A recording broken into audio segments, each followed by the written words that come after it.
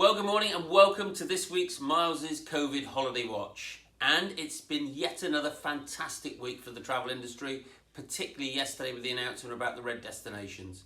And I think one of the wonderful things, you remember I used to stand in front of this map and tell you the places that you could finally travel to. We're now in a situation where it's much easier to say where you can't travel to.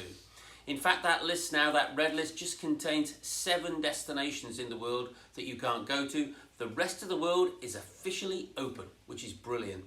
Of those 7 destinations, really only 2 to point out that might be of interest generally for travellers, and that would probably be Peru and the Dominican Republic. Those 2 still off the list, but the rest of the world is open, which is wonderful, including the whole of Africa, which has been a long time closed down. So wonderful news. So really, the summary of that is, for people that have friends, family, loved ones all over the world that have struggled to see them for over 18 months now, the green light is just brilliant for those people. But there are still 1 or 2 restrictions. Okay, well, let's look at some of the restrictions and some of the things you just need to bear in mind when you're thinking of travelling. And it's really about the rules of the country you want to visit. And so the 2 big ones I need to talk about really are Australia and America. For Australia, currently they're opening up by state and also for residents only, but then they're opening to families and finally visitors. If you're thinking of travelling for 2022, I'm sure that will be absolutely fine. If it's 2021, just let us know and we can look at the rules and regulations for the date you're thinking of travelling. For the states, well, they've given the month, which is November. They haven't yet given the date. The smart money is on the 11th of November. That's not fact. That's just what people are guessing and the rumour around. But certainly that's going to be November. And we're expecting a date very soon on that.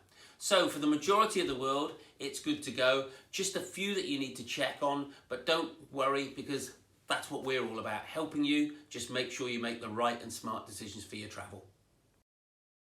So let me just run quickly through what you need to do when you're travelling on your holiday. So there's the entry requirements for the country that you're going to. Sometimes that might be proof of vaccination, sometimes that might be a test, and sometimes it might be nothing. But we can let you know what the rules are, and almost every single time you will need to fill in one of the passenger locator forms online, but again, we can help you with that. You go away, you have your wonderful holiday. You don't now need to do any tests to fly back to the UK, so that's brilliant. When you come back, we still have that PCR test within 2 days of flying back, but that is going this month.